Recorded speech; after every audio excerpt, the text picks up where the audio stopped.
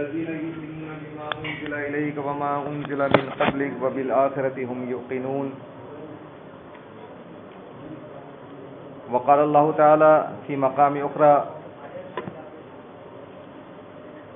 وَإِن كُنتُمْ فِي رَيْبٍ مِّمَّا نَزَّلْنَا عَلَىٰ عَبْدِنَا فَأْتُوا بِسُورَةٍ مِّن مِّثْلِهِ وَادْعُوا شُهَدَاءَكُم مِّن دُونِ اللَّهِ إِن كُنتُمْ صَادِقِينَ. فَإِن لَّمْ تَفْعَلُوا وَلَن تَفْعَلُوا فَاتَّقُوا النَّارَ الَّتِي وَقُودُهَا النَّاسُ وَالْحِجَارَةُ أُعِدَّتْ لِلْكَافِرِينَ.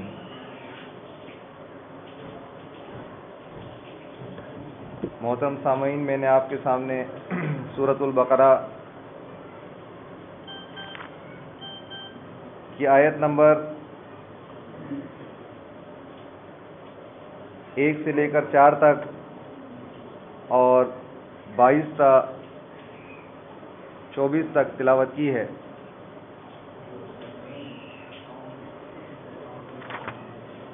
پہلی آیات جو تلاوت کی ہیں اس کا مطلب یہ ہے کہ اللہ تبارک و تعالیٰ فرماتا ہے: الف لام میم ذالک الکتاب لا ریب فیہ. یہ کتاب، یہ قرآن مجید، یہ ایسی کتاب ہے جس میں کوئی شک نہیں. ھدی للمتقین، اور یہ اللہ سے ڈرنے والوں کے لیے ہدایت ہے. الذین یؤمنون بالغیب، یہ کتاب ان لوگوں کے لیے ہدایت ہے، ان لوگوں کے لیے رہنمائی ہے، ان لوگوں کے لیے گائیڈ ہے جو غیب پر ایمان رکھتے ہیں. وَيُقِيمُونَ الصَّلَاةَ، اور صلاۃ قائم کرتے ہیں. وَمِمَّا رَزَقْنَاهُمْ يُنْفِقُونَ، اور جو اللہ نے ہم نے انہیں رزق دیا ہے اس میں سے اللہ کے راستے میں خرچ کرتے ہیں. تو یہ 4 چیزیں بتائی گئیں کہ یہ اس کتاب ہدایت، اس لاریب کتاب جس میں کوئی شک نہیں ہے. دنیا کی ہر بات میں شک ہو سکتا ہے، ہر معاملے میں شک ہو سکتا ہے، ہر تحقیق مشکوک ہو سکتی ہے، لیکن یہ کتاب ایسی کتاب ہے جس میں کوئی ریب نہیں ہے، کوئی شک نہیں ہے، اور یہ سراسر ہدایت ہے، رہنمائی ہے اللہ تبارک و تعالیٰ کی طرف سے اپنے بندوں کے لیے. تو یہ تو چیز بتا دی گئی پہلی کہ اس کتاب ہدایت، اس لاریب کتاب سے ہدایت حاصل کرنے والوں کی صفات کیا ہوں گی کہ وہ اللہ سے ڈرنے والے ہوں گے. ایک شخص کے دل میں اللہ کا ڈر ہی نہیں ہے، اسے اس کی فکر ہی نہیں ہے کہ وہ دنیا میں کس لیے آیا ہے، اس کی پیدائش کا مقصد کیا ہے. اس نے کبھی اپنے ماحول پر، اپنے اطراف پر نگاہ ڈال کر یہ غور کرنے کی ضرورت ہی محسوس نہیں کی کہ اتنی ساری مخلوقات ہیں جو بے اختیار ہیں، آخر مجھ جیسے 5 سوا 5 فٹ کے انسان کو اللہ نے ایسے اختیارات کیوں دے دیے. وہ نہ تو کوئی ان ساری نشانیوں کو دیکھ کر کسی نتیجے پر پہنچتا ہے، اور نہ ہی اسے اس بات کی کوئی فکر ہے کہ آئندہ کیا ہونے والا ہے. مجھے اللہ تعالیٰ نے اگر پیدا کیا ہے اور با اختیار بنایا ہے، اختیار کی آزادی مجھے دی ہے، تو یقیناً اس کی بھی کوئی نہ کوئی حساب کتاب ہوگا، کیونکہ اختیار خود اس بات کی طرف واضح اشارہ کر رہا ہے کہ اس سے حساب کتاب بھی ہوگا. ورنہ پھر یہ انسان بھی تمام دیگر مخلوقات کی طرح بے اختیار ہوتا. جس طرح اور مخلوقات ہیں، جس طرح اللہ نے ان کو بنا دیا ہے، ان کو پروگرام کر دیا ہے، وہ اپنی فطرت کے مطابق کام کر رہے ہیں. ایک یہ ہے جسے اللہ تعالیٰ فرماتا ہے وَجَعَلْنَاهُ سَمِيعًا بَصِيرًا، ہم نے اسے دیکھنے والا اور سننے والا بنایا. اما شاکرا و اما کفورا، کسی جانور کے لیے، کسی بھیڑ بکری کے لیے، کسی کتے بلی کے لیے، کسی شیر ہاتھی کے لیے یہ نہیں کہا کہ اما شاکرا و اما کفورا، کہ چاہے تو یہ اللہ کا کفر کرے، چاہے یہ اللہ کی نافرمانی کرے، یہ اللہ کا شکر گزار بن کے رہے. اس میں تو یہ صلاحیت ہی نہیں رکھی اللہ نے انسان کے علاوہ، جنات کے علاوہ، کہ وہ اللہ کی نافرمانی کریں. ان کو تو جیسا پروگرام کر دیا گیا ہے، جیسا ان کے اندر اللہ نے ڈال دیا ہے جو چیز فطرت میں، بس اس کے مطابق انہوں نے چلنا ہے. نہ انہوں نے آگے بڑھنا ہے، نہ انہوں نے پیچھے ہٹنا ہے. یہ ایک انسان ہے کہ اس کو یہ اختیار دیا ہے، اب چاہے تو یہ دنگا فساد کرے، زمین کے اوپر خون خرابہ کرے، آگ کی ہولی کھیلے، جلاؤ گھیراؤ کرے، مار دھاڑ کرے، قتل و غارت گری کرے، فحاشی اور عریانی کا بازار گرم کر دے. اور اما شاکرہ، چاہے تو اللہ سے ڈر کے ایک متقی پرہیزگار، اللہ سے ڈرنے والا، ایک مہذب انسان، ایک شائستہ انسان، ایک سسٹم کو بنانے اور چلانے والا، ایک امن پسند، ایک سویلائز انسان کی طرح ایک اچھا انسان، ایک شہری بن کے زندگی گزارے. دونوں اختیار ہیں اس کے پاس. اور اس کے اندر دونوں چیزیں رکھ دی ہیں، نفس امارہ اور نفس لوامہ۔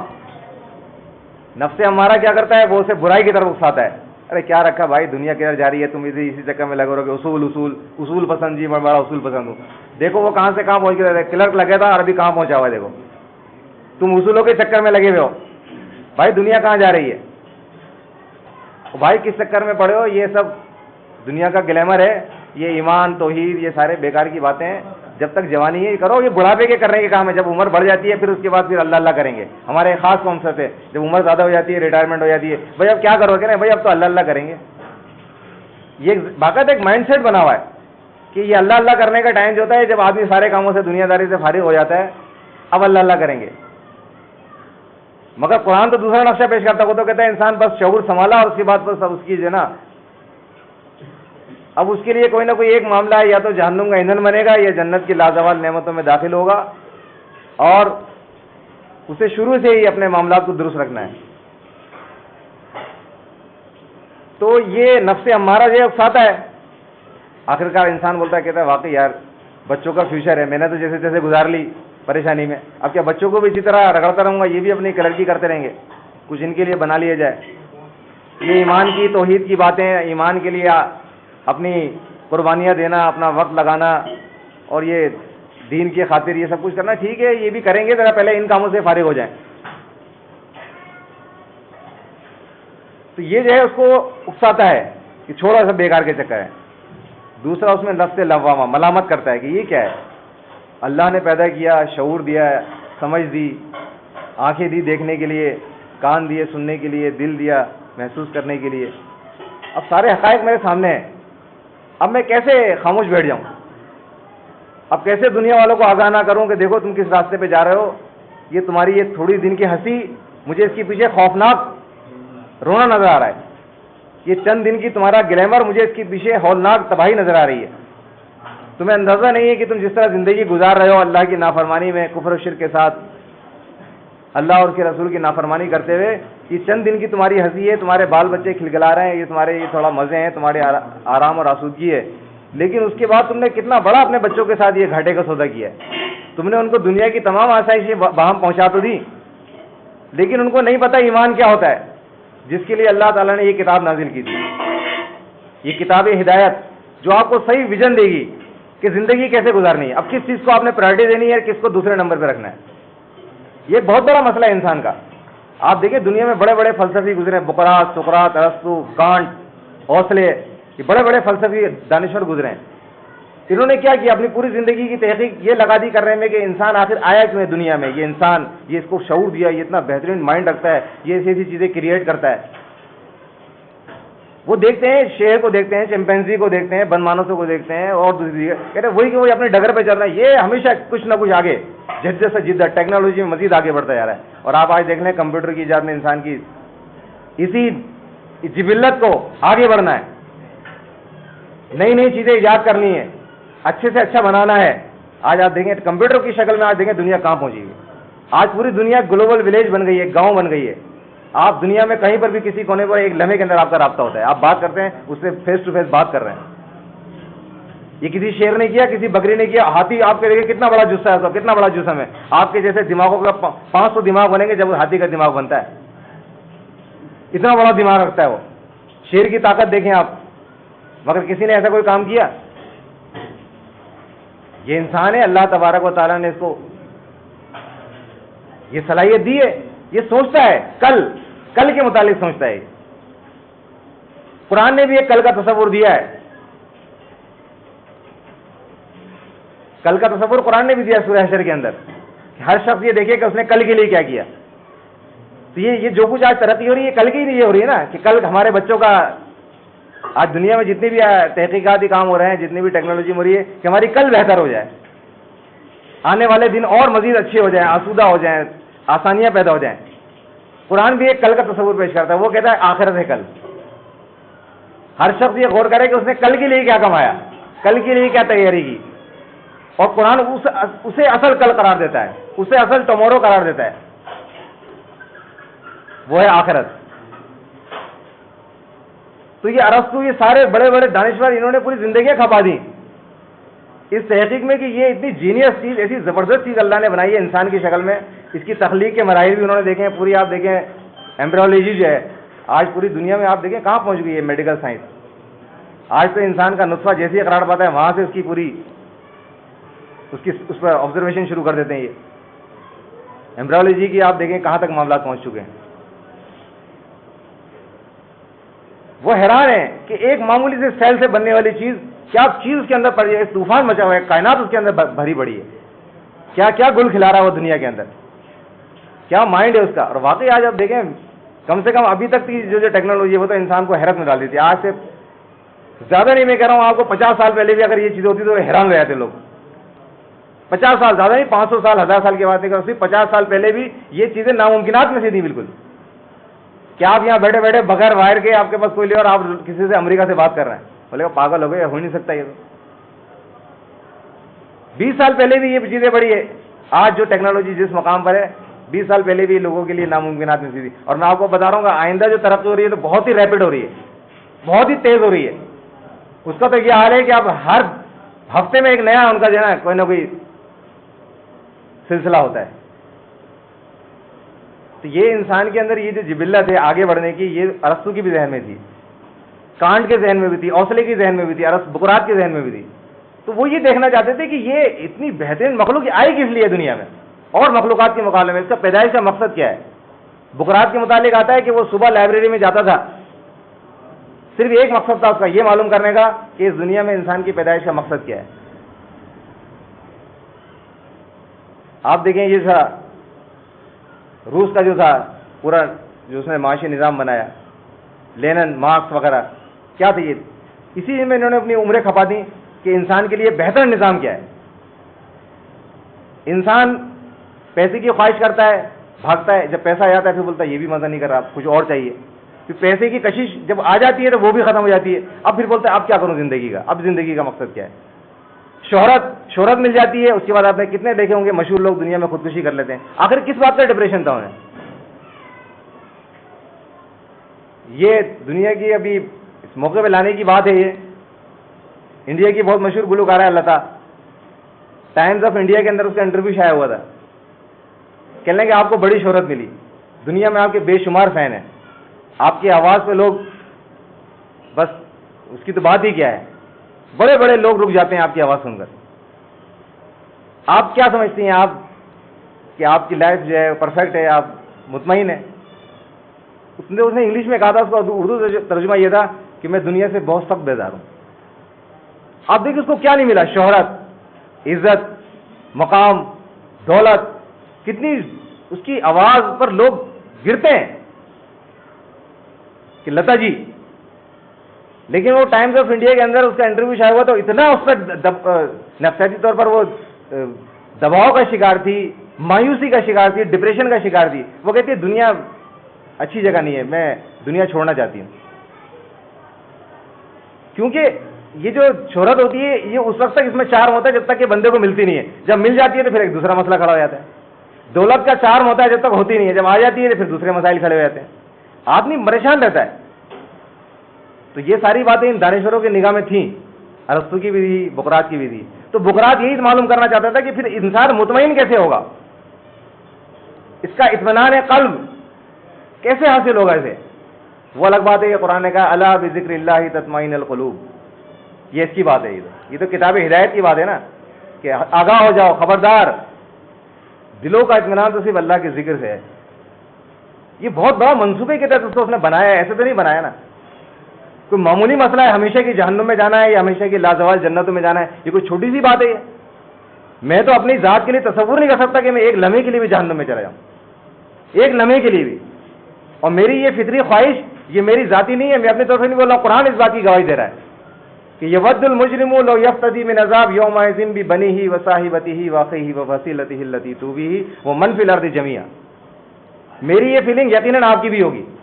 آپ بھی نہیں چاہیں گے کہ آپ کی جان جو ہے ہمیشہ کی جان، آپ بھی چاہیں گے جنتوں کی عظیم الشان نعمتوں میں آپ چلے جائیں، وہاں آپ کی ہر خواہش پوری ہو، بہترین جوانی ہو، بہترین پینا ہو، بہترین کھانا ہو، بہترین ازواج ہوں، چاہے بھلے دوسرے کہیں بھی جائیں، آپ بچے رہیں. قرآن اسی کو بیان کرتا ہے. قیامت کے دن یہ مجرم جو ہے یہ خود کہیں گے یود المجرم لو یفتدی من عذاب, جب یہ عذاب دیکھیں گے اللہ کا, جس کو یہ مذاق سمجھ رہے تھے, جس کو کتاب ہدایت کے ذریعے ان کے سامنے لایا گیا تھا انبیاء کے ذریعے کہ دیکھو یہ ہے پیدائش کا مقصد دنیا میں آنے کا. یہ سارے مسئلے ثانوی تھے, یہ اصل مسئلہ تھا ایمان کا مسئلہ. جب یہ وہاں عذاب کو دیکھیں گے تو کیا کہیں گے, اے اللہ فدیے میں, یعنی جان چھڑانے کے لیے اپنے دینے کا جو معاملہ ہوتا ہے تو اس میں آتا ہے لو یفتدی من عذاب یومئذ ببنیہ, وہ کہیں گے اے اللہ یہ میرا بچہ ہے, یہ میرا بیٹا ہے, یہ میرے نطفے سے پیدا ہوا, اسے جہنم میں ڈال دیں. وصاحبتہ, اے اللہ یہ میری بیوی ہے, اس کو جہنم میں ڈال دے. وأخیہ, یہ میرا بھائی ہے, اس کو جہنم میں ڈال دے. اب دیکھیں جہنم سامنے دیکھی اس نے, اسے پتا ہے کہ مجھے جہنم میں بھیجا جائے گا, میں ناکام ہو گیا, میں نے کتاب ہدایت کو چھوڑ کے دنیا کے سارے فلسفے پڑھ ڈالے, سارے فلاسفروں کو پڑھا, سارے دانشوروں کو پڑھا, ان سے متاثر ہوا اور سارا کام میرا خراب ہو گیا. میں نے ایک کتاب ہدایت کو چھوڑ کے باقی سارے فلسفوں کو پڑھ ڈالا, سب کے پیچھے چلتا رہا, بھٹکتا رہا. اب انجام دیکھ کے کیا کہتا ہے, یہ میری بیوی ہے, اس کو جہنم میں ڈال دے. وفصیلتہ التی تؤوی, اے اللہ یہ میرا پورا خاندان ہے, جس کو خوش رکھنے کے لیے, راضی رکھنے کے لیے میں نے بہت لاپرواہی سے زندگی گزار دی, بہت بے دردی کے ساتھ اپنا ٹائم برباد کر دیا میں نے. یہ میرا پورا خاندان ہے. وفصیلتہ التی تؤوی, ان کو سب کو جہنم میں ڈال دے. ابھی بھی معاملہ ختم نہیں ہوا, اسے پتا ہے کہ شاید اتنے پہ بھی جان نہیں چھوٹے گی, یہ بھی کم ہے. بچہ بھی دے دیا, بیوی بھی دے دی, بھائی کو بھی دینے کے لیے تیار ہو گیا, اپنے خاندان کو بھی دینے کے لیے تیار ہو گیا. آخر میں کہتا ہے وہ من فی الارض جميعا, اے اللہ دنیا میں زمین پر جتنے انسان تھے سب کو جہنم میں پھینک دے. ثم ینجی, اے اللہ مجھے بچا لے, بس میں نہیں جا سکتا اس بھڑکتی ہوئی آگ میں. اس کی تو دور سے اس کی ہولناکی دیکھ رہا ہوں میں, اس کو بھگتنا یہ میرے بس کی بات نہیں. تو اتنا بڑا مسئلہ ہے, کوئی معمولی بات نہیں ہے. یہ انسان جیسا 5, سوا 5, 5.5 فٹ کا انسان یہ دنیا میں آ گیا. اب یہ 2 انجام میں سے کسی ایک انجام میں بہرحال اس کو مبتلا ہونا ہے. آپ اس مسئلے کی حساسیت کو اگر احساس کر لیں گے آج, تو پھر آپ کو پتہ چلے گا انبیاء علیہ السلام نے کیوں اپنی تمام توانائی لگا دی اس مسئلے میں. بھائی آخر وہ جینیس لوگ تھے, اللہ تعالیٰ کے منتخب چنیدہ لوگ تھے انبیاء علیہ السلام. اللہ تعالیٰ نے ان کو منتخب کیا تھا اس کام کے لیے. آخر انہوں نے اپنی ساری زندگی کیوں کھپائی اس کام میں؟ آخر اس مسئلے میں کیا اتنی اہمیت تھی, کیا چارم تھا اس کے اندر, اس میں کیا ایسی نزاکت تھی اس مسئلے کے اندر؟ تو جب ہمیں اس کا احساس ہو جائے گا تو تب ہمیں انبیاء علیہ السلام کی کاموں کی اہمیت کا اندازہ ہوگا کہ واقعی انہوں نے شب و روز 950 سال, آپ نوح علیہ السلام کی آپ دیکھیں اسٹرگل, شب و روز لگا دیا. انی دعوت قومی لیلا و نہارا, اے اللہ میں نے اپنی قوم کو دن رات توحید کی طرف بلایا کہ دیکھو اللہ کو اکیلا واحد مان لو, اسی کے لیے تم آزمائے گئے ہو, اس کو اکیلا مان لو, اسے بس اسے یہ پسند ہے میرا بندہ مجھے اکیلا مان لے, بس باقی سب کو محتاج, فقیر اور کمتر مانے. کوئی بھی ہو میرا مخلوق میں سے سب کو محتاج مانے, میرا سب کو میرا دستر سوالی مانے. بڑے سے بڑا نبی ہو, معزز سے معزز فرشتہ ہو, پیغمبر ہو, ولی ہو, جن ہو, انسان ہو, جو بھی ہو, سب کو یہ مانے کہ سب میرے در کے سوالی ہیں, سب میرے آگے ماتھا رگڑنے والے ہیں. اگر میں ان سے ناراض ہو جاؤں تو ان کی جان پر بنائی گی. وہ واقعات بھی اللہ تعالیٰ نے قرآن میں نقل کیے کہ یونس علیہ السلام پیغمبر ہیں, کیا ہوا, ذرا سی کوتاہی ہوئی تھی, تھوڑا سا انتظار میں تاخیر اجلت دکھا دی تھی, کیا ہوا. آدم علیہ السلام ذرا سی بات تھی, منع کیا تھا مت جانا, چلے گا, اس کے بعد کیا ہوا. تو معاملہ ہے سنگین, اور اس چیز کا احساس دلانا, اور آج کے دور میں احساس دلانا جبکہ گلیمر اپنے عروج پر پہنچ چکا ہے, اور زیادہ مشکل ہے کیونکہ لوگوں کے پاس ٹائم نہیں ہے. لوگ بولتے ہیں بھائی یہ کون سی باتیں کر رہے ہو, آج کی جنت ہمارے سامنے کی جنت چھوڑ کے کل کی جنت کی باتیں کر رہے ہو.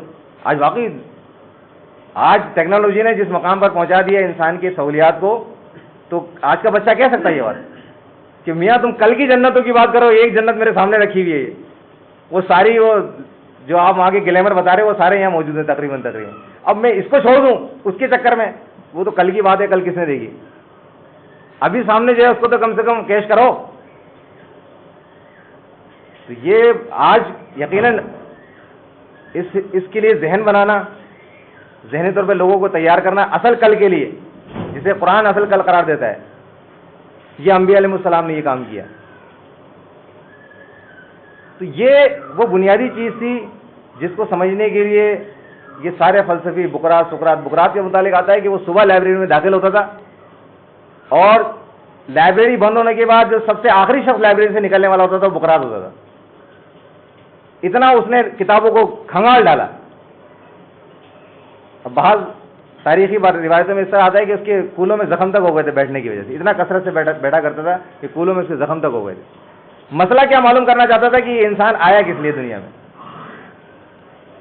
اس مسئلے کو اللہ تبارک و تعالیٰ نے اپنی اس کتاب کے ذریعے حل کیا کہ ذالک الکتاب لا ریب فیہ, یہ تمہیں بتائے گی صحیح لائن دے گی. اب یہ اگر تمہیں واقعی ڈر ہے, تم ڈرتے ہو کہ میری جیسی مخلوق بے مقصد پیدا نہیں ہوئی, جیسا کہ سورہ آل عمران میں اللہ تعالیٰ فرماتا ہے کہ انا فی خلق السماوات والارض واختلاف اللیل والنہار لآیات لأولی الالباب. جو ڈرنے والا ہوتا ہے وہ غور و فکر کرتا ہے. اللہ نے آنکھیں کس لیے دی ہیں؟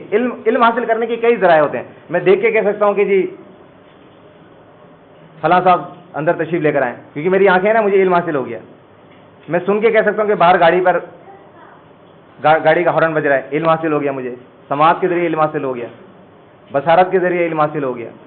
تو اللہ تعالیٰ نے یہ جو ہمیں صلاحیتیں دی ہیں دیکھنے کی, سننے کی, سمجھنے کی, اس کے ذریعے ہم علم حاصل کرتے ہیں, نالج حاصل کرتے ہیں. تو اللہ تعالیٰ کہتا ہے دیکھو اس نے پوری کائنات میں اپنی نشانیاں پھیلا دی تمہارے اپنے مقصد کو سمجھنے کی کہ تم کس لیے دنیا میں آئے ہو. یہ ایک معمولی سے سیل سے ملٹیپلائی ہوتے ہوتے یہ اربوں اور خربوں سیل کا مجموعے کی شکل میں, یہ انسان کی شکل میں جو چیز وجود میں آئی ہے, یہ خربوں سیلز کا مجموعہ جو ہے یہ دنیا میں کس لیے آیا ہے. تو اس کے لیے بے شمار نشانیاں پھیلا دی. انا فی خلق السماوات والارض واختلاف اللیل والنہار لآیات لأولی الالباب. بے شک زمین و آسمان کی پیدائش میں اور رات اور دن کے آنے جانے میں سمجھدار لوگوں کے لیے بہت ساری نشانیاں ہیں. جب وہ ان نشانیوں کو دیکھتے ہیں ربنا ما خلقت ھذا باطلا, تو وہ پکار اٹھتے ہیں اے ہمارے رب تو نے یہ سب فضول پیدا نہیں کیا. فقنا عذاب النار. آپ دیکھیں کتنی جلدی نتیجے پر پہنچ گئے وہ سمجھدار لوگ, جیسے ابراہیم علیہ السلام پہنچے تھے. انہوں نے جو چار نشانی دی کہ سورج کو دیکھا غروب ہوا طلوع ہوا, جیسے غروب ہو گیا کہنے لگے میرے رب کو تو زوال ہی نہیں ہے, میرا رب تو وہ ہے جو لا زوال ہے. چاند کو دیکھا جیسے غروب ہوا کہنے لگے میرا رب تو وہ ہے جسے کبھی زوال ہی نہیں ہے. کیسے انہوں نے آنکھوں کا استعمال کیا نا, اس عقل کا استعمال کیا جو اللہ تعالیٰ نے انہیں عطا کی تھی. وہ تو اس اصل مقصد تک پہنچ گئے جو زندگی کا مقصد ہے, پیدائش کا جو اصل مقصد ہے انسان کے. تو وہ لوگ بھی جن کو اللہ تعالیٰ فرماتا ہے سورہ آل عمران میں اولی الالباب, سوجھ بوجھ رکھنے والے, جینیس لوگ, دین صحیح معنوں میں فہم رکھنے والے لوگ, پڑھے لکھے لوگ, جب وہ ان آیتوں کو دیکھتے ہیں, چاند و سورج کی نشانیوں کو دیکھتے ہیں, دن و رات کی تبدیلی کو دیکھتے ہیں, تو وہ نتیجے پر پہنچتے ہیں ربنا ما خلقت ھذا باطلا, اے ہمارے رب تو نے یہ پوری جو بساط بچھائی ہے, یہ اتنی وسیع عریض کائنات کی, یہ بے مقصد نہیں ہے, یعنی یہ کوئی کھیل نہیں ہے. اس کا مطلب یہ کہ کوئی بڑا منصوبہ ہے تیرے نزدیک, تو کسی بڑے منصوبے پر کام کر رہا ہے, اور منصوبہ بھی انتہائی سنجیدہ, کوئی کھیل نہیں ہے. کیونکہ اللہ تبارک و تعالیٰ وہ جو بھی کام کرتا ہے پوری حکمت کے ساتھ کرتا ہے.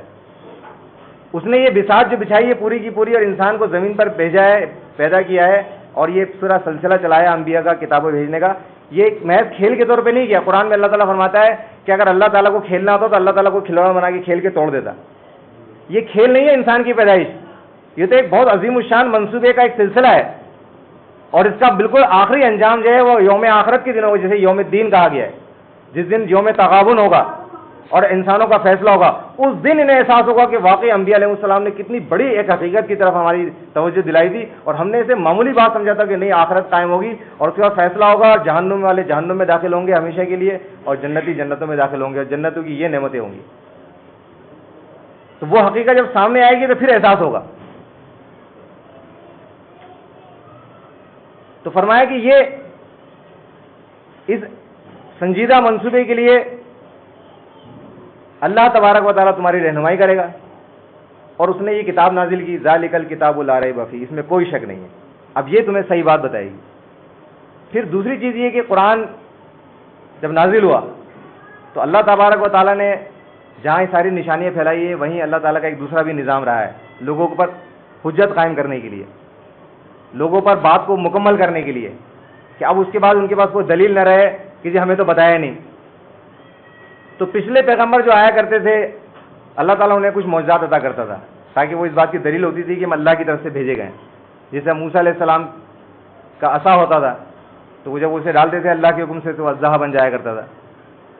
اسی طریقے سے عیسیٰ علیہ السلام کو اللہ تعالیٰ نے معجزات عطا کیے تھے.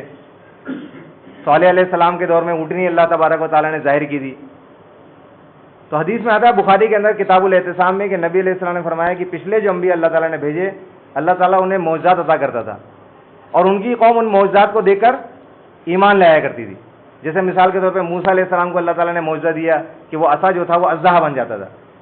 اب فرعون نے موسیٰ علیہ السلام کو جادوگر قرار دیا اور اس نے سارے ملک سے بڑے بڑے جادوگر جو ہے نا موسیٰ علیہ السلام سے مقابلہ کرنے کے لیے بلا دیا کہ جی موسیٰ بھی جادوگر ہے, لہٰذا جادوگر کے مقابلے میں جادوگر لائے جائیں گے. وہ سارے اس نے باقاعدہ اعلان کروا دیا, بڑے بڑے جادوگر وہاں سے سمٹ کر آ گئے وہاں پر موسیٰ علیہ السلام سے مقابلہ کرنے کے لیے.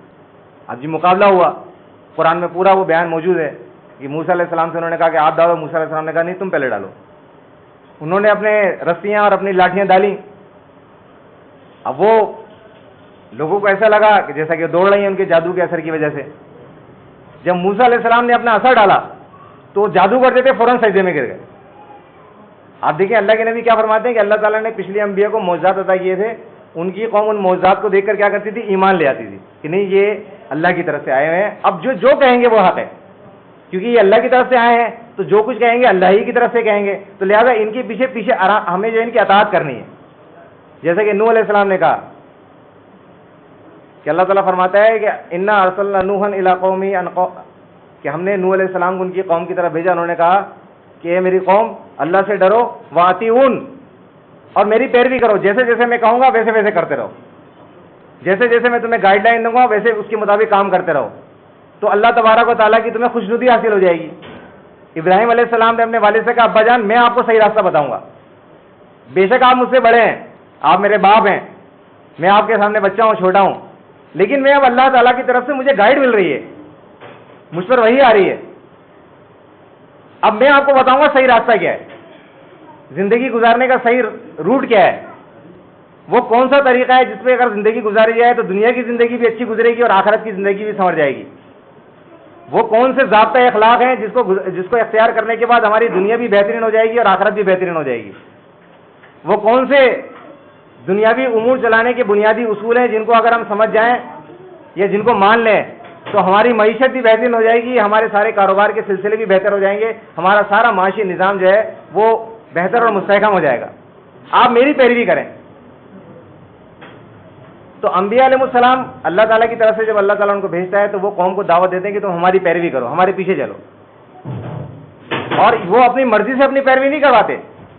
کوئی نبی کو یہ اختیار نہیں کہ وہ اپنی مرضی سے کہے میرے پیچھے چلو.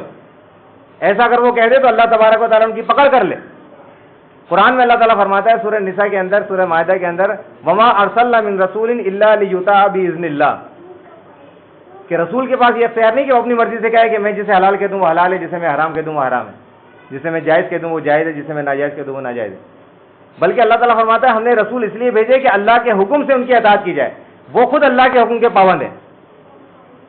اور پھر نبی علیہ السلام کے متعلق فرمایا وما ينطق عن الهوى, یہ نبی اپنی خواہش سے کچھ نہیں کہتے, ان ہوا الا وحی یوحی, جو کچھ کہتے ہیں وہ اللہ تعالیٰ کی طرف سے ان پر وحی ہوتی ہے.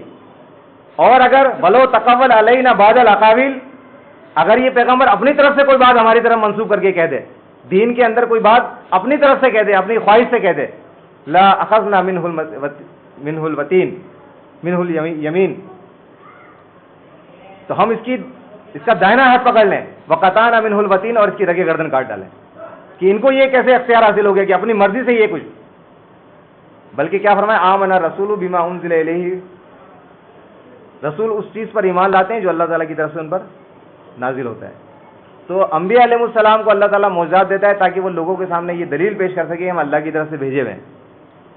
پھر قوم جو ہوتی ہے, پھر وہ لوگوں کو, جو لوگ ان پر ایمان لے آتے ہیں کہ ہاں آپ اللہ کی طرف سے بھیجے ہوئے ہیں, جیسا موسیٰ علیہ السلام کے مقابلے میں جو جادوگر آئے تھے, جب انہوں نے موسیٰ علیہ السلام کو معجزہ دیکھا تو انہوں نے فوراً سرنڈر کر دیا, کہہ لیں کہ ہم موسیٰ کے رب پر ایمان لاتے ہیں. اب انہوں نے اس کے بعد کیا کہ اب موسیٰ علیہ السلام جیسا کہیں گے ویسا وہ کرتے رہیں گے. اب کیونکہ انہوں نے اللہ کا رسول مان لیا موسیٰ علیہ السلام کو, اب موسیٰ علیہ السلام جو ان کو کہیں گے کہ ایسے عبادت کرنی ہے, یہ چیزیں ماننی ہے, یہ عقیدہ رکھنا ہے, یہ معاملات کرنے ہیں, وہ سارے اس کو فالو کرتے رہیں گے. تو اللہ کے نبی نے فرمایا کہ مجھے جو معجزہ عطا کیا وہ یہ قرآن ہے, یہ قرآن جو ہے مجھے یہ معجزہ عطا کیا گیا. اور اس کے بارے میں اللہ تعالیٰ فرماتا ہے وَإِن كُنتُمْ فِي رَيْبٍ مِّمَّا نَزَّلْنَا عَلَىٰ عَبْدِنَا. اب دیکھیں پہلی بات تو قرآن ہدایت ہے, لیکن ہدایت کے لیے ضروری نہیں کہ جو چیز بطور ہدایت بن کے آئی ہے وہ لوگوں کے سامنے جو حجت طور پہ پیش کی جائے گی. اب کسی انگریز کے سامنے پیش کریں, کسی عیسائی کے سامنے پیش کریں تو بولے گا میاں تم مانتے ہو کہ میں تو نہیں مانتا ایسے, تمہارے لیے ہدایت ہوگی, تم اس سے عقیدت رکھتے ہو, بھائی تمہاری کتاب ہے, ہماری گیتا ہے. ہندو بولے گا ہماری گیتا ہے, ہم گیتا کا احترام کرتے ہیں, وہ کہے گا ہماری بائبل ہے. تو اب لازمی سی بات ہے اس پر آپ حجت قائم کرنے کے لیے کوئی ایسی چیز تو لاؤ گے جس سے وہ سرنڈر ہو جائے, اپنے موقف سے پیچھے ہٹے, لاجواب ہو جائے. تو لاجواب ہونے کے لیے پھر اللہ تعالیٰ کیا کہتا ہے, اللہ نے معجزہ عطا کیا نبی علیہ السلام کو قرآن کی شکل میں. وہ معجزات جو پچھلے انبیاء کو دیے گئے وہ تو ان کے وقت کے ساتھ ختم ہو گئے, لیکن یہ قرآن ایسا معجزہ ہے جو قیامت تک موجود رہے گا, آج ہمارے ہاتھوں میں موجود ہے.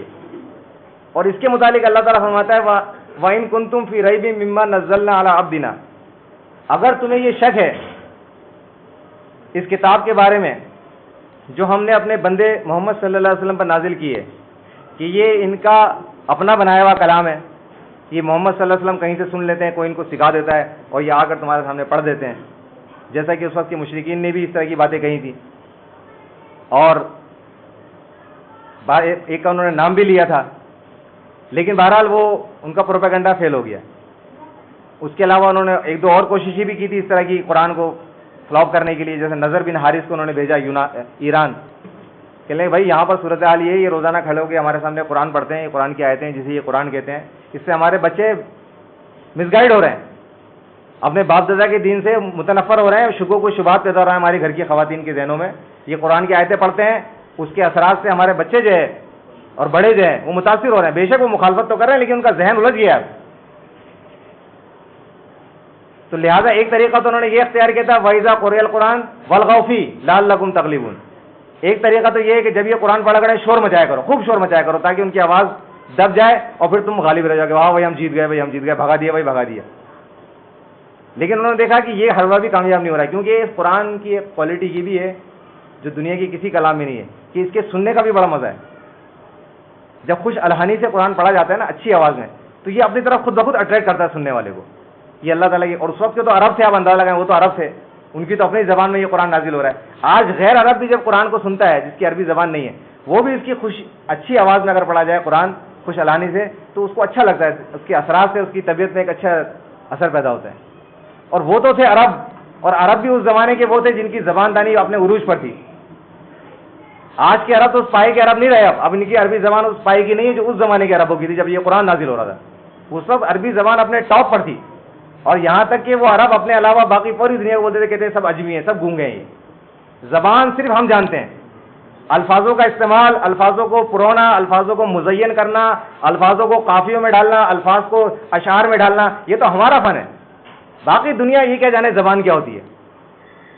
اور باقاعدہ ان کے یہاں مقابلے ہوا کرتے تھے عربی ادب اور مشاعرے کے, اور جو اس وقت کا جو ان کا چیمپئن ہوا کرتا تھا اس کی اشعار کو خانہ کعبہ کی دروازے پہ لٹکا دیا جاتا تھا کہ بھائی یہ جو ہے شاعر جو ہے یہ.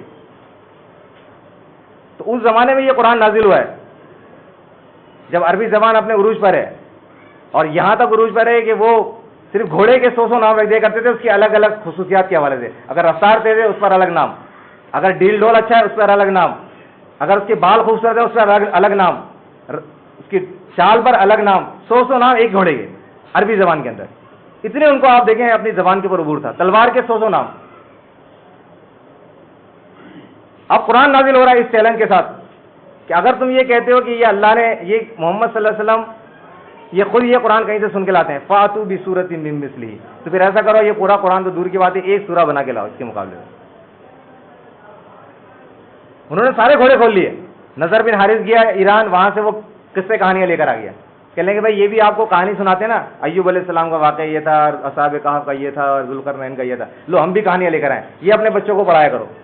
جیسے ہمارے یہاں ہوتا ہے نا, قرآن کی جگہ لوگوں کے ہاتھ میں وحی سے زیور پکڑا دیا, کسی کے فیضان سنت پکڑا دیا, کسی کے فضائل اعمال پکڑا دیے. کہہ لیں یہ پڑھا کرو, اس میں حکایتیں بھی ہیں, بزرگوں کے واقعات بھی ہیں, اس میں قرآن کی آیتیں بھی ہیں, اس میں حدیثیں بھی ہیں. اس میں تو خالی قرآن ہے نا, اس میں ساری چیزیں, بزرگوں کے واقعات بھی ہیں.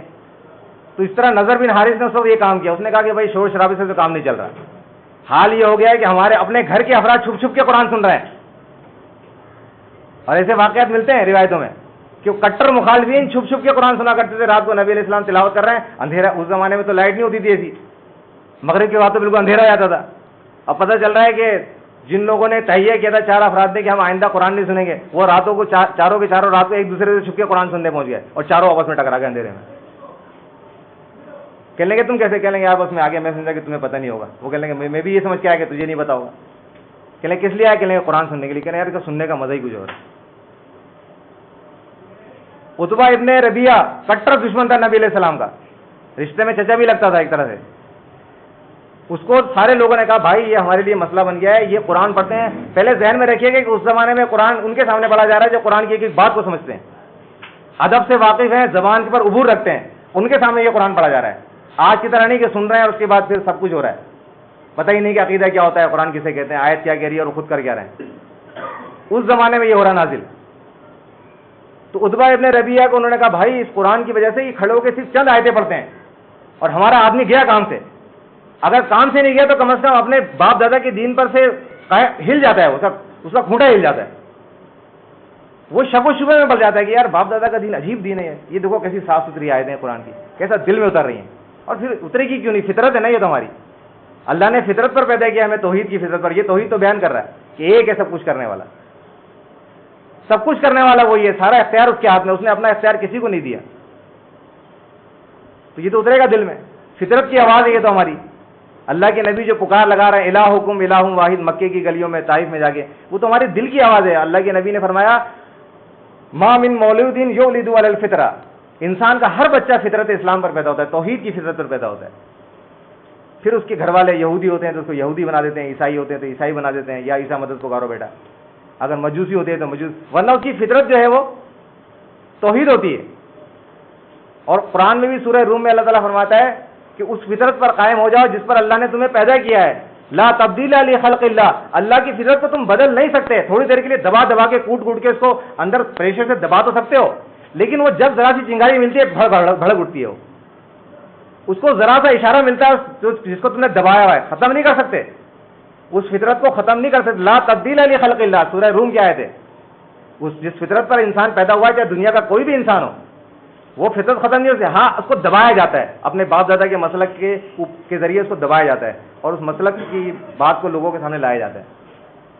لیکن جیسی وہ توحید کی آواز کہیں کان میں پڑتی ہے تو وہ فطرت کو جا کے ڈائریکٹ ایسا لگتا ہے جیسا آکسیجن مل گئی آگ کو، جیسا آگ کو آکسیجن دکھائیں تو اور بھڑکتی ہے. تو وہ ہوتا کیا ہے، جب وہ توحید کی بات سنتے ہیں، الہکم الہ واحد کے قرآن کی آیتیں سنتے ہیں، تو وہ آگ تیزی سے بھڑکتی ہے اور ایک دم وہ فطرت دوبارہ الٹ کے آ جاتی ہے. اسی کا ذکر قرآن میں اللہ تعالیٰ فرماتا ہے وَإِذَا رَكِبُوا فِي الْفُلْكِ دَعَوُا اللَّهَ مُخْلِصِينَ لَهُ الدِّينَ، کہ دیکھو یہی اللہ کو واسطے اور وسیلے بنانے والے، یہ لات عزا اوصاف ابراہیم علیہ السلام کو پکارنے والے، یہ نبی علیہ السلام کے راستے میں کانٹے اس بات پر بچھائے انہوں نے کہ آپ یہ کہتے ہیں ڈائریکٹ اللہ کو پکارو. وہ براہ راست ہماری دعاؤں کو سننے والا ہے، وہ سمیع و بصیر ہے. جس نے اس بات پر آپ کو مارا ہے فَإِذَا رَكِبُوا فِي الْفُلْكِ، لیکن یہی ظالم جب کشتیاں لے کے سمندر میں جاتے ہیں اور جب چاروں طرف سے سمندر کی لہریں آتی ہیں، طوفانی لہریں، اور ایک خطرناک ماحول بنتا ہے سمندر کے اندر، بیچ سمندر میں، دعوا اللہ مخلصین لہ الدین، پھر وہ فطرت دوبارہ اجاگر ہوتی ہے، پھر وہ ابھر کے آتی ہے وہی فطرت. اللہ تعالیٰ فرماتا ہے یہ اللہ کو خالص کر کے پکارتے ہیں. اور جیسے ہی وہ ان کو کنارے پہ لے کے آتا ہے، پھر وہ سب زمین پر پاؤں رکھتے ہیں کہ ہاں اب جو ہے نا پاؤں کے نیچے زمین آ گئی، اب ذرا تو اطمینان کی جگہ. پھر اللہ کے ساتھ شرک کرنا شروع کر دیا. نہیں جی، اللہ نے بزرگوں کو طاقت دی ہے، انہوں نے اتنی اللہ کی عبادت کی، اللہ نے کہا ٹھیک ہے اب اولاد دینے کا شعبہ تمہارے ہاتھ میں. تو وہ جو آواز سنتے تھے مکے والے، تو ان کے لیے تو بہرحال یہ عربی زبان تھی، عربی ان کی زبان، قرآن عربی میں نازل ہو رہا ہے، وہ تو آگ بھڑکا دی. آپ دیکھیں قرآن نے عرب معاشرے میں جو آگ لگائی ہے اس کی تو تاریخ بھری پڑی ہے. کیا حالت ہوئی ہے کہ کوئی مکے کا گھر ایسا نہیں تھا جس میں کوئی خاتون، کوئی بچہ، کوئی ماں، کوئی بیٹی، کوئی بھائی اس سے متاثر نہ ہوا. تو انہوں نے پھر کہا کہ بھائی عتبہ ابن ربیعہ کو انہوں نے منتخب کیا، کہنے کہ جاؤ اور یہ تمہارے بھتیجے بھی لگتے ہیں، ان سے جا کے بات کرو، یہ مسئلہ حل کرو. تو عتبہ ابن ربیعہ نبی علیہ السلام کے پاس آیا اور اس نے کہا کہ بھائی ایسا ایسا مسئلہ ہے، قوم کے لوگوں نے مجھے اپنا معزز سمجھتے ہوئے، بڑا سمجھتے ہوئے مجھے بھیجا ہے. تو ایسا ہے کہ آپ کچھ میرے طرف سے آپ کے لیے ڈیمانڈ ہے کہ یہ 2-3 کچھ پیشکشیں ہیں، اگر آپ ان کو قبول کر لیں اور اس کام کو چھوڑ دیں تو ہمارے اور آپ کے درمیان جو یہ تناؤ بڑھ گیا ہے، جو ٹینشن بڑھ گئی ہے، یہ جو لڑائی جھگڑے والی کیفیت بن گئی ہے، یہ ختم ہو سکتی ہے. تو اس نے جب ساری باتیں کر لی تو نبی علیہ السلام خاموشی سے اس کی باتیں سنتے رہے. اس کے بعد جب وہ فارغ ہو گیا تو نبی علیہ السلام نے اس کے سامنے سورہ حامیم سجدہ کی چند آیتیں تلاوت کی تھی. اس کے بعد اس نے نبی علیہ السلام کو اس طرح اشارے سے کہا کہ بس اور اٹھا ہے اور واپس جانے لگا ہے. تو دور بیٹھے ہوئے اس کے جو ساتھی تھے وہ دیکھ رہے تھے, جنہوں نے اس کو بھیجا تھا بات کرنے کے لیے, وہ دور سے دیکھ رہے تھے. تو انہوں نے جب عتبہ ابن ربیعہ کو دیکھا ہے واپس آتے ہوئے, تو آپس میں کہنے لگے کہ عتبہ کا چہرے کا رنگ اڑا ہوا ہے, لگ رہا ہے عتبہ اپنے کام میں کامیاب نہیں ہو سکا جس مقصد کے لیے بھیجا تھا. بہرحال عتبہ جب واپس گئے اس کے بعد جا کر کہا, کہنے لگے دیکھو بھائی, میں عربی زبان کی ادب اور عربی زبان کی تمام رموز سے بہت اچھی طرح واقف ہوں, کہانت بھی جانتا ہوں, شاعری بھی جانتا ہوں, جادوگری بھی جانتا ہوں, ساری چیزیں جانتا ہوں, سارے فنون جانتا ہوں. لیکن میں تمہیں یقین کے ساتھ کہہ رہا ہوں یہ بات آج, کہ یہ محمد صلی اللہ علیہ وسلم جو کلام پڑھتے ہیں یہ انسان کا کلام نہیں ہے. انسان ایسا کلام بنانے پر قادر ہی نہیں ہے, انسان ایسا کلام کہہ ہی نہیں سکتا, یہ انسانی کلام نہیں ہے. اب میرا مشورہ یہ تمہیں کہ دیکھو ان کو ان کے حال پہ چھوڑ دو. ہماری قوم کے تو آدمی ہے نا یہ بھی, اگر ان کی تحریک کامیاب ہو جاتی ہے تو ہم کہہ سکیں گے بھائی ہماری قوم کا آدمی تھا, اس کی تحریک کامیاب ہو گئی, پھر بھی ہماری قوم کا یہ جھنڈا بلند رہے گا. اور اگر یہ ناکام ہو گئے تو بھی ہمارا مقصد کامیاب ہو گیا. ہم یہی چاہتے ہیں نا کہ ان فلاپ ہو جائیں. بہرحال میرا مشورہ تمہارے لیے یہ ہے, اب جو تمہاری مرضی میں ہے تم کرو. تو آپ دیکھیں کہ انہوں نے یہ بات تو کہی کہ اللہ کے نبی صلی اللہ علیہ وسلم جو کلام پڑھتے ہیں یہ انسانی کلام ہے, مگر جب قرآن نے ان کو چیلنج دیا کہ فاتو بسورۃ من مثلہ, تم اس جیسی ایک سورہ بنا لاؤ, تو تاریخ گواہ ہے کہ وہ اس چیلنج کو آج تک, اور آج جب جدید سائنس ہے تو آج اس کو سائنٹیفک ایرر نکالنے کی کوشش کی جا رہی تھی قرآن میں. ولیم کیمبل ایک تھا کوئی سائنٹسٹ جس نے قرآن کا کے اندر ایرر ثابت کرنے کی کوشش کی تھی, اور بائبل سے اس کا اس نے کمپیریٹیو اس نے ایک جائزہ پیش کیا تھا. اس نے اتنی زبردست مسٹیکیں کی ہیں قرآن کے اس معاملے کے اندر کہ وہ خود اس بات پر, یہ پیس چینل پہ میں نے اس کا پروگرام دیکھا تھا, اس نے قرآن کی بات ہی کیوں نہیں سمجھا پوری طریقے سے, اور اٹھا کے اعتراض کر دیا. بعد میں جب اس کے سامنے بات آئی تو اس کو پتہ چلا کہ یہ تو بڑی زبردست قسم کی. حتیٰ کہ آج کا دنیا کا جو ٹاپ موسٹ ایمبرولوجسٹ ہے, مائیکل فین کا نام سے اس کا کہلایا جاتا ہے, نیٹ پر بھی اس کے کافی چیزیں موجود ہیں, اس نے کہا ہے کہ اس میڈیکل کی اس شعبے کے حوالے سے قرآن نے جو چیزیں بیان کی ہیں اس سے بہتر کوئی تعریف نہیں ہوتی جو قرآن نے انسان کی تخلیق کے مدارج بیان کیے ہیں, کہ انسان نطفہ تھا, نطفے سے پھر خون کی پھٹکی بنا, پھر اس کے بعد علقہ بنا, علقہ مدغہ بنا, پھر اضامہ بنا. یہ ساری جو اس نے قرآن نے اسٹیجز بتائے سورہ مومن کے اندر, وہ کہتا ہے اس سے بہترین انسانی تخلیق کے مدارج بیان نہیں کی جا سکتی. تو آپ دیکھیں کہ اللہ تبارک و تعالیٰ نے یہ قرآن نازل کیا اور اس کو چیلنج کے طور پر پیش کیا.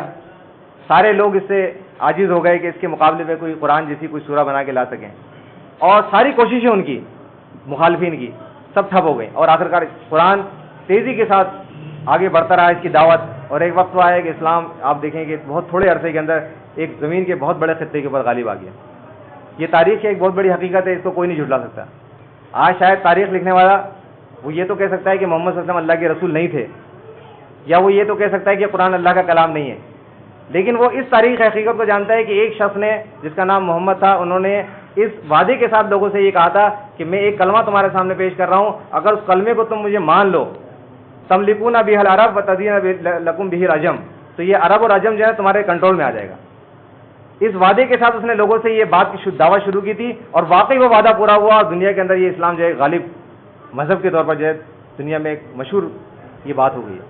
آج دنیا کی مشہور بات ہے, اسپین کے اندر آج تک اس کے اثر نشانات موجود ہیں. وہ مسجدیں جو کبھی ہوا کرتی تھی خلافت عثمانیہ کے دور میں, آج تک موجود ہیں. اسلام کہاں سے چلا اور کہاں تک پہنچا, یہ اس قرآن کا تھا جو اللہ کے نبی نے فرمایا کہ ان اللہ یرفع بہذا الکتاب اقواما ویدع بہ آخرین, کہ اللہ تعالیٰ اس کتاب کے ذریعے قوموں کو بلندی عطا کرتا ہے جو اس کتاب کو اپنا لائحہ عمل بناتے ہیں, کوڈ آف کنڈکٹ بناتے ہیں, جو اس کو اپنا رہنما بناتے ہیں. اللہ تبارک و تعالیٰ ان کو دنیا پر غالب کرتا ہے, ان کو بلندی عطا کرتا ہے. وَيَدَعُ بِهِ آخرین, اور جو اس کو چھوڑ دیتے ہیں اللہ تعالیٰ ان کو ذلیل و خوار کرتا ہے. ہمارے سامنے دونوں مثالیں آج موجود ہیں. اس حدیث کے دونوں حصے آج ہمارے سامنے موجود ہیں صحابہ اکرام کی شکل میں. اس کا پہلا حصہ یرفع بہذا الکتاب اقواما, آج وہ تاریخ کا حصہ بن چکا ہے. دنیا کا کوئی مورخ, کوئی ہسٹری لکھنے والا اس کا انکار نہیں کر سکتا, کیونکہ یہ تو زمینی حقیقت ہے. یہ تو ایک غیب کا مسئلہ ہے نا کہ اللہ کے نبی اللہ کے رسول ہیں یا نہیں ہے, یہ تو ایک غیبی بات ہے نا. یہ تو اعتماد کی بات ہے کہ آپ ان کو کن چیزوں پہ کنکلوژن کر کے آپ نتیجہ اخذ کرتے ہیں. لیکن یہ تو ایک زمینی حقیقت ہے کہ زمین کے اوپر ایک اسلام کے نام سے مذہب شروع ہوا مکے سے, اور بڑی قسم پرسی کی حالت میں وہ شروع ہوا تھا، ایک ایک دو دو آدمی آئے تھے، ان کو بھی مارا پیٹا جا رہا تھا، اور اس کے بعد یہ اتنے 23 سال کے عرصے میں کہاں سے کہاں پہنچ گیا ہے۔ تو یہ دونوں حصے آج ہمارے سامنے موجود ہیں، لیکن اس میں سب سے زیادہ جو غور طلب بات ہے وہ یہ ہے کہ مکے کے مشرکین لوگوں کو قرآن سے دور کرنے کے لیے ساری انہوں نے گھوڑے کھول لیے، انہوں نے شور مچا کے بھی دیکھ لیا، نظر بن حارث کو بھیج کے فلسفہ اور کہانیاں منگا کر بھی دیکھ لیا، عتبہ ابن ربیعہ جیسے ماہر لسانیات کو بھی بھیج دیا، سب کچھ کر کے دیکھ لیا، لیکن وہ ناکام ہو گئے۔ مگر حیرت کی بات یہ ہے کہ جو غیر عرب تھے یا بعد والے لوگ تھے، انہوں نے ایسا نسخہ نکالا قرآن سے دور کرنے کا لوگوں کو کہ وہ آج تک کارگر ہے، کہ قرآن کو پڑھو، اس کی تلاوت بھی کرو، اس پر کو چومو بھی، اس کو سینے سے بھی لگاؤ، مگر اس کو سمجھنا نہیں ہے۔ عقیدہ اپنے بڑوں کے تحت بنانا ہے، جو بڑے کہتے ہیں بس وہ عقیدہ بنانا ہے۔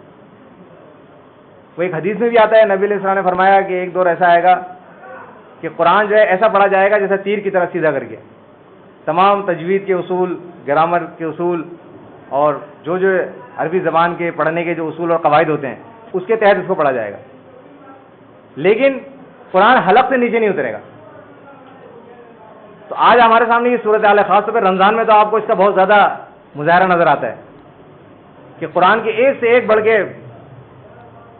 پڑھنے والے قاری، اور خاص طور پہ سعودیہ میں تو آپ دیکھیں وہاں تو باقاعدہ پورا چینل کھلا ہوا ہے، دن رات اس پہ وہ قرأت ہی نشر ہوتی رہتی ہے قرآن کی، بہترین بہترین قرأتیں ہیں، قاری عبدالباسط، عبدالصمد، اس کے علاوہ ابھی جو مشہور ایک ہوا ہے، اس کے علاوہ بھی بہت سارے قاری ہیں، اور خود ہمارے یہاں جو غیر عرب ہیں ان کے یہاں بھی ایک سے ایک قرآن کے قاری پڑھے ہوئے ہیں، جو قرآن ایسا پڑھتے ہیں کہ بندہ سنے تو کہتا ہے واقعی قرآن پڑھا جا رہا ہے۔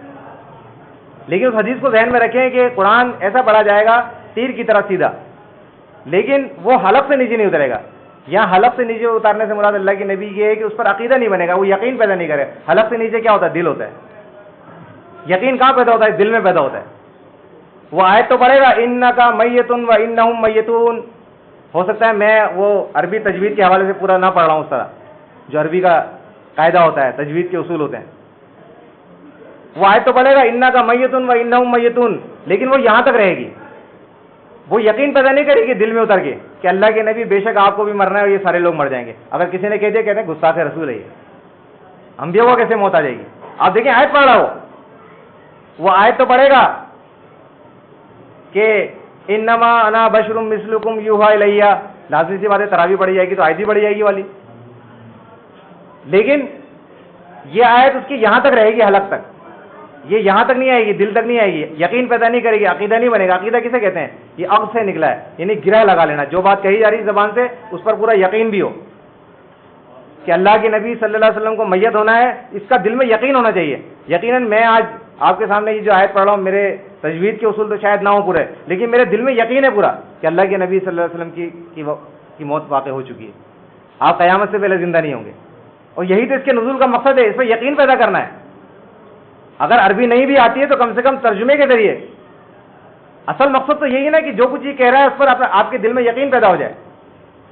اب اگر انکا میتون و انہم میتون پڑھی تو جا رہی ہے، عقیدہ یہ ہے کہ اللہ کے نبی انبیاء جو ہیں وہ قبروں میں زندہ ہیں، انبیاء کو موت نہیں آتی، وہ صرف پردہ کرتے ہیں۔ انما انا بشر مثلکم آیت تو پڑھی جا رہی ہے، لیکن اگر کوئی کہے کہ اللہ کے نبی بشر ہے، کہتے ہیں گستاخ رسول ہے، گردن اڑا دو اس کی۔ آیت تو پڑھی جا رہی ہے اموات غیر احیاء، یہ قبر والے مردہ ہیں، ان میں زندگی نہیں ہے، مگر سب کا عقیدہ سعودیہ سے لے کر دیوبند بریلوی علی سب کا عقیدہ یہ قبر والے زندہ ہیں۔ آیت تو پڑھی جا رہی ہے وَهُمْ عَنْ دُعَائِهِمْ غَافِلُونَ، پورے تجوید کے اصول کے ساتھ، مگر یہاں تک اٹکی ہے، یقین پیدا نہیں کر رہی، دل میں نہیں اتر رہی یہ بات۔ عقیدہ کیا ہے؟ یقین کیا ہے؟ مردے سنتے ہیں۔ ابن تیمیہ، ابن قیم، ابن کثیر اور سارے احمد بن حنبل وغیرہ آپ دیکھیں، انہوں نے بھر دیا ہے، انہوں نے لٹریچر، اتنا مواد انہوں نے امت کو گمراہ کرنے کے لیے فراہم کر دیا ہے کہ اس کا شمار کرنا مشکل ہو گیا ہے کہ مردہ جو ہے قبر کے اندر نہ صرف یہ کہ ہوش اور گوش رکھتا ہے، بلکہ زندوں سے زیادہ اس کے اندر اب ہوش آ گیا ہے کہ زندہ انسان بھی اگر اس کو قبر کے اندر مٹی ڈال دی جائے تو وہ پہچان نہیں سکے گا باہر کون آیا ہے، مگر یہ مردہ جو ہے یہ قبر پہ آنے والے کو پہچانتا ہے۔ حتیٰ کہ ابن تیمیہ وغیرہ نے تو یہاں تک لکھا ہے کہ اگر قبر کے اوپر کوئی پرندہ بیٹھ جائے تو مردہ پہچان لیتا ہے نر یا مادہ۔ اب مجھے بتائیں کہ وہ قرآن کا پڑھنا اس کی کیا فائدہ؟ جو یقین میں تبدیل نہیں ہو رہا ہے. مودودی صاحب ہیں, ایک تحریک چلائی ہوئی انہوں نے, ان کے تو جو کارکنان ہیں وہ تو اتنے جوشیل ہیں, خاص طور پہ جمعیت کے لڑکے جو ہیں, جمعیت طلبہ جو ہے, جو یونیورسٹی میں بھی ہے, کالجوں میں بھی ہے, بڑے پرعزم ہوتا ہے وہ, اس کی داڑھی بڑی ہوئی ہے, اس کی پائچے ٹخنوں سے اوپر ہوتے ہیں, اور ان کا تو باقاعدہ انہوں نے علامت بنائی ہے, ایک ہاتھ میں قرآن دوسرے ہاتھ میں کلاشنکوف, اور وہ جان تک لڑانے کے لیے تیار ہو جاتا ہے کہ قرآن کی دعوت لے کر اٹھو, ساری دنیا پہ چھا جاؤ. یہ وہ کتاب ہے جو درس انقلاب ہے, یہ ان کے باقاعدہ پورے آپ کو جگہ جگہ ملیں گے ان کے نعرے. مگر وہ قرآن کو خود نہیں دیکھ رہا ہے, وہ کس طرح دیکھ رہا ہے؟ مودودی صاحب کی نظر سے دیکھ رہا ہے قرآن کو.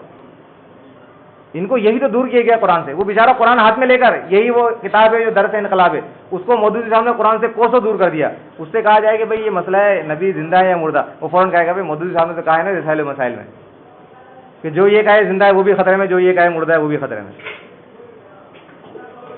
اہل حدیث سے بات کریں کہ بھائی قرآن میں بتا رہا ہے اموات غیر احیاء, یہ قبر والے مردہ ہیں, ان میں حیات نہیں ہے. ثم انکم یوم القیامت تبعثون, قیامت کے دن دوبارہ زندہ کیا جائے گا.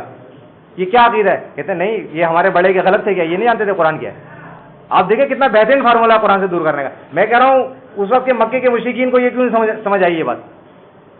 نظر بن حارث خامخواہ ایران کیا اتنی دور, وہ کہتا بھائی ہم قرآن کے ماننے والے ہیں, ہمارے علماء ہیں, جیسے ہمیں بتائیں گے ہم قرآن پڑھیں گے, بے شک آپ دے دیں ہمیں قرآن, ہمارے علماء بھی ہیں, ہمارے پڑھے لکھے لوگ ہیں, بس وہ قرآن کو پڑھ کے سمجھیں گے پھر وہ ہمیں سمجھائیں گے.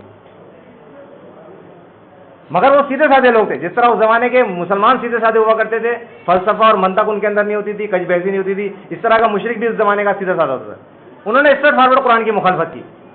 آج کے یہ بعد میں آئے شاطر لوگ, چالاک لوگ, یہ یہودیوں کے ایجنٹ, کیونکہ عبداللہ بن سبا جب آیا ہے مسلمانوں کے اندر داخل ہوا ہے, یہودیوں سے, یہودی تھا وہ عثمان غنی کے دور میں آیا ہے مسلمانوں کے اندر اور منافقانہ طور پہ داخل ہوا ہے. اس کے بعد جب اس نے اپنا ورک کیا ہے اور اس نے پورا گروپ بنایا ہے, تو لازمی ہے یہودیوں میں تو آپ کو پتا ہے اس میں تو ساری عیاری اور چالاکی بھری پڑی ہے. ان کا تو کام ہی قرآن میں اللہ تعالیٰ نے بیان کیا ہے, تلبسون الحق بالباطل وتکتمون الحق, کہ وہ تو کرتے ہی یہ تھے کہ حق اور باطل کو ملایا کرتے تھے, جانتے بوجھتے حق کو چھپایا کرتے تھے. تو عبداللہ بن سبا کے سارے یہ پیروکار ہیں. آج جو سارا دین چل رہا ہے پورا تصوف اور اس کے تحت جتنے بھی معاملات ہیں سارے عبداللہ بن سبا کے دین کے ہیں. تو انہوں نے یہ ٹیکنیک اختیار کی قرآن سے دور کرنے کی لوگوں کو, کہ قرآن پڑھو مگر قرآن کے مطابق عقیدہ نہیں بناؤ. عقیدہ وہی رکھو جو تمہارے بڑے کہہ رہے ہیں, جو تمہارے بڑے تفسیر کرتے ہیں اس کو مانو. ایاک نعبد و ایاک نستعین کا ترجمہ اٹھا کے دیکھ لیں کسی کا بھی, سب نے یہی ترجمہ کیا ہے, اے اللہ ہم تیری عبادت کرتے ہیں, تجھی سے مدد چاہتے ہیں. جب مسئلہ آتا ہے پھر یہ جھگڑا کیوں ہے, پھر اللہ کے علاوہ کسی اور کو کیوں پکارتے ہو؟ اس میں کیا اختلاف ہے کہ اللہ کو پکارنا چاہیے شاید کی روح سے؟ کہتے ہیں کہ پھر ہمارے بڑے کے غلط تھے. انہوں نے خود لکھا ہے کہ اللہ کے نیک اور مقبول بندوں کو اگر واسطہ رحمت الہی سمجھ کے پکارا جائے تو وہ ایسا ہی ہے جیسے اللہ کو پکارنا. بتاؤ محمود ضلع حسن دیوبند کے بانیوں پہلے مدرسے کے فارغ ہیں, کیا وہ جاہل تھے؟ کیا ان کو ایاک نعبد و ایاک نستعین سمجھ میں نہیں آئی؟ آپ دیکھیں قرآن سے دور کر دیے. قرآن پڑھ بھی رہا ہے بندہ لیکن پھر بھی قرآن سے دور ہے, اس کو تفسیر کے ذریعے قرآن سے دور کر دیا. بریلوی کے سامنے بات کریں گے, وہ کہے گا کہ ہمارے احمد رضا خان بریلوی نے نئی مراد آبادی نے دیکھو تفسیر میں لکھا ہے کہ یہ جو اللہ کے نیک اور مقبول بندے ہوتے ہیں ان سے مدد مانگنا در حقیقت اللہ ہی سے مدد مانگنا ہے, یہ شرک نہیں ہے. یہ الگ بات کہ پورا قرآن اسے شرک قرار دے رہا ہے کہ اللہ کے علاوہ کسی اور کو پکارنا یہ شرک ہے اور اس کی عبادت ہے. لیکن آپ دیکھیں انہوں نے غیر اللہ ایاک نعبد و ایاک نستعین کی تفسیر میں اس چیز کو داخل کر دیا, اور آج لوگ آرام سے اس کو ہضم کیے ہوئے ہیں, قرآن بھی پڑھ رہے ہیں اور وہ غیر اللہ کو بھی پکارا جا رہا ہے. تو آج قرآن سے دور کرنے کا یہ نسخہ اتنا کارگر ہوا ہے کہ اس نے لوگوں کو برباد کر دیا. تو بہرحال آج اسی چیز کی ضرورت ہے کہ لوگوں کے سامنے اللہ کی کتاب کی صحیح دعوت جو ہے وہ لائی جائے, اور اس کا ایک ہی طریقہ ہے کہ لوگوں کو بتایا جائے کہ اسلام کے نام سے جو تمہیں دین دیا گیا ہے یہ اسلام نہیں ہے. اسلام کی توحید تو یہ ہے کہ اسلام کے اندر انبیاء, اولیاء, شہداء سارے اللہ کے در کے فقیر اور محتاج ہیں, اور جس توحید کے تم ماننے والے ہو اس میں تو یہ ہے کہ اللہ نے انبیاء کے ہاتھ میں دنیا اور آخرت ساری مخلوق دے دی, اولیاء کے ہاتھ میں. قرآن کی توحید تو یہ ہے کہ اللہ تبارک و تعالیٰ اس کائنات کا اکیلا سارا سسٹم کو چلانے والا ہے. تمہاری توحید یہ ہے کہ علی حجویری نے لکھا ہے کہ اولیاء اللہ جو ہوتے ہیں یہ کائنات کے نظام کو چلانے والے ہوتے ہیں. قرآن کی توحید تو یہ ہے لا یشرکوا فی حکمہ احدا, اللہ تعالیٰ اپنے حکومت میں کسی کو شریک نہیں کرتا. اور ادھر علماء دیوبند, دارالعلوم دیوبند جو ان کا رسالہ ہے وہاں سے جو نثارہ نکلتا ہے اس میں انہوں نے لکھا ہے کہ مردان حق یعنی جو اولیاء اللہ ہوتے ہیں یہ ریاضتوں اور مراقبوں سے ایسی طاقت حاصل کر لیتے ہیں جو اللہ تبارک و تعالیٰ کی طاقت کی مشابہ ہوتی ہے. اب مجھے بتائیں اتنا کھلا شرک، لیکن یہ شرک ماننے کے لیے تیار نہیں، اس لیے کہ ہم تو قرآن کو مانتے ہیں، شرک تو بہت بڑا گناہ ہے. ایسا ڈرامہ اس امت کے ساتھ ہوا ہے کہ شرک کروا کے بھی کہہ رہے ہیں شرک نہیں ہے. اب ہم مکے کے مشرکین کو دیکھیں، وہ یہی بات مکے کے مشرک بھی کہہ رہے ہیں کہ یہ جو ہمارے بزرگ ہیں ان کو اللہ نے طاقت دی ہے، یہ ابراہیم علیہ السلام کو ہم نے غوث بنایا ہے تو یہ اللہ نے ان کو طاقت دی ہے. تو ساتھ میں وہ یہ بھی کہہ رہے ہیں ہاں یہ شرک ہے. لبیک اللہم لبیک لا شریک لک، اے اللہ تیرا کوئی شریک نہیں ہے، الا شریکن ہوا لک تملکہ وما ملک، لیکن جنہیں تو نے خود شریک کر لیا ہے، یعنی جنہیں تو نے خود طاقت دے دی ہے، لیکن ان کا مالک بھی تو ہی ہے، ان ہستیوں کا مالک بھی تو ہے اور ان طاقتوں کا مالک بھی تو ہے، لیکن تو نے ان کو عطا کر دی ہے. آج یہی بات یہ بھی کہہ رہے ہیں کہ مردان حق جو ہے دارالعلوم، آپ بتائیں کتنا بڑا ایک نیٹ ورک ہے ان کا پوری دنیا میں، اور اس کا رسالہ ہے، اور وہ کہہ رہے ہیں کہ یہ مردان حق ہوتے ہیں، یہ ریاضتوں اور مجاہدوں کے ذریعے، مراقبوں کے ذریعے ایسی طاقت اور ملکوت حاصل کر لیتے ہیں جو اللہ تبارک و تعالیٰ کی طاقتوں سے مشابہ ہوتی ہے. اب مجھے بتائیں، اللہ تعالیٰ فرماتا ہے لیس کمثلہ شیء، اس جیسا تو کوئی دوسرا نہیں ہے. کہاں گئی توحید؟ آپ بتائیں، شرک کے نام سے ان کو، توحید کے نام سے شرک دیا جا رہا ہے، قرآن کے نام پر قرآن ہاتھ میں لے کر ان سے کہا جا رہا ہے ان کو قرآن سے دور کر دیا گیا ہے. لم یلد ولم یولد ولم یکن لہ کفوا احد، کہاں گئی اس کی تعلیم کہ جب مردان حق جو ہے اللہ جیسی صفات حاصل کر لیتے ہیں. اور پھر آپ دیکھیں صرف اسی پہ اکتفا نہیں کیا کہ ایک اصول اور نظریہ دے دیا، پھر اس کے بعد ایک مثال بھی پیش کر دی کہ جی عبداللہ قریشی ایک بہت بڑے بزرگ تھے. اب کیونکہ لازمی سی بات ہے جب کوئی شخص پڑھے گا ان کی بزرگوں کی باتیں، اتنی بڑی بڑے بزرگوں کی، اس کے ذہن میں آ سکتا ہے کہ بھائی پتہ نہیں کیسے ہوتے ہوں گے مردان حق جن کے پاس ایسی طاقت آئی جاتی ہے اللہ جیسی. تو کہنے لگے جی فار ایگزامپل یہ دیکھیں مثال موجود ہے کہ عبداللہ قریشی جو تھے ایک بزرگ تھے، ایک دفعہ جا رہے تھے راستے میں، ایک بکری کا بچہ نظر آیا، انہوں نے اٹھایا اور اس کو زمین پہ مار دیا. یہ سارے واقعات آپ کو ایمان خالد گھر کی چراغ میں مل جائیں گے ڈاکٹر صاحب کی کتاب میں. تو بچے کو مار دیا، بچے کی بساتی کیا تھی، وہیں مر گیا وہ تو بکری کا بچہ. اب لوگوں میں باتیں ہونے لگی کہ دیکھو یہ عبداللہ قریشی اتنے بڑے بزرگ بنتے ہیں، ایک بے زبان جانور کو اٹھایا اور زمین پہ مار دیا، اس کا نہ اچھا نہ برا کوئی مسئلہ، بلا وجہ ایک بکری کے بچے کو مار دیا.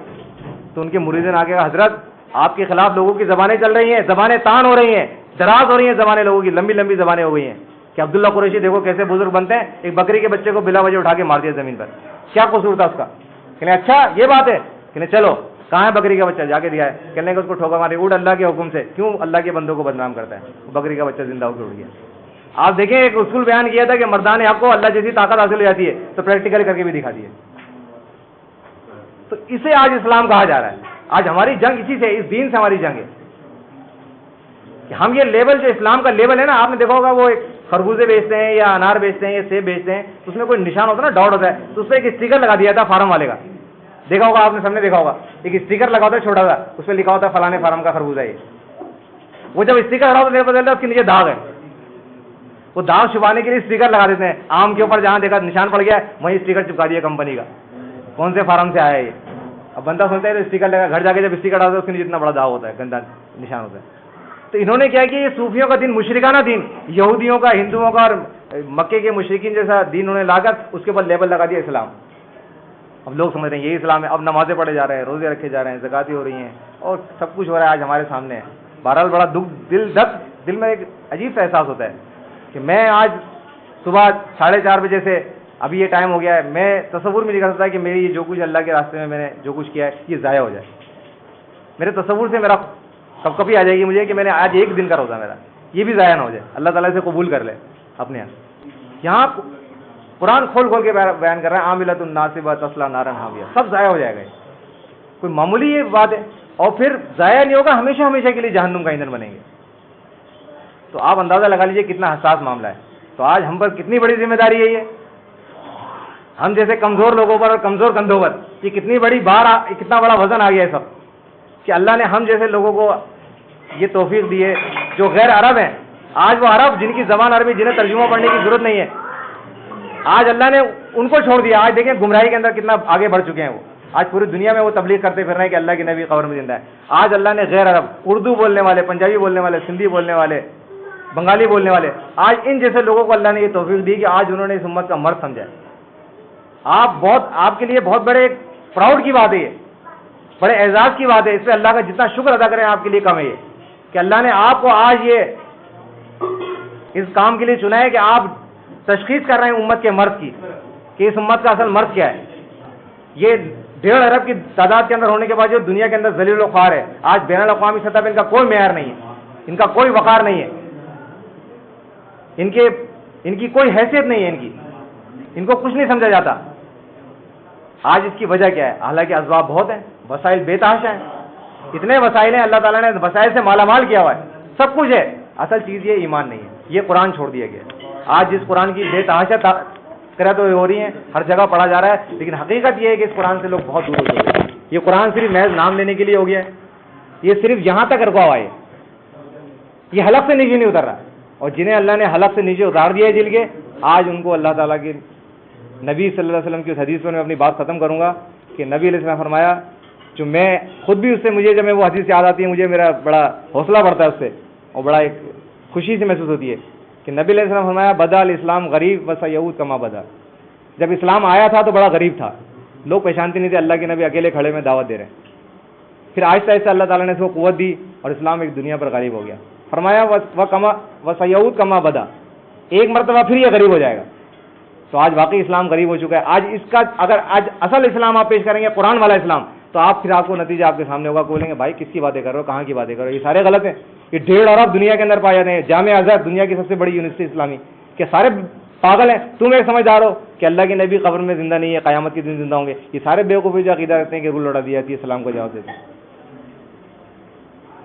تو آج ہم غریب ہو گئے نا، پھر عربی میں غریب اسے بولتے ہیں جیسے کوئی جانتا نہ ہو، تو آج اسلام تو غریب ہو گیا کہ آج ہم اسلام پیش کر رہے ہیں قرآن کا کہ وَإِلَى اللَّهِ تُرْجَعُ الْأُمُورُ، سارے اعمال اللہ کی بارگاہ میں پیش ہوتے ہیں، درود تو ہے ہی اللہ کے نام سے شروع، اللہم صلی علی، تو آج آپ یہ بات پیش کرنے لوگ بولیں گے بھائی کیسی بات کر رہے ہو، کہاں کے، کون سے مسلک کے ہو، کون سے فرقے سے تعلق ہے؟ پوری دنیا کا عقیدہ یہ ہے، اسلامی کنٹریز جو کہلاتی ہیں اور اتنے بڑے بڑے اسلامی جامع ازہر بنی ہے، مدینہ یونیورسٹی ہے، اور اتنے سارے ادارے کام کر رہے ہیں، وہ سب یہ آج تک انہوں نے یہ مسئلہ نہیں اٹھایا، تم یہ مسئلہ اٹھا رہے ہو۔ تو پھر اللہ کے نبی نے فرمایا جو ایسے بن جائیں گے غریب، ایسے ماحول میں اجنبی بننے والوں کے لیے، فطوبى للغرباء، ایسے غریبوں کے لیے مبارکباد ہے۔ تو آپ کے لیے بھی مبارکباد ہے، میں بھی اس مبارکباد سے اپنے حوصلے کے لیے ایک تقویت کا باعث سمجھتا ہوں۔ اللہ تعالیٰ مجھے بھی اور آپ بھائیوں کو بھی قرآن کی دعوت دنیا میں پھیلانے کی توفیق عطا فرمائے۔ اقول قولی استغفر اللہ لی ولکم ولسائر المؤمنین۔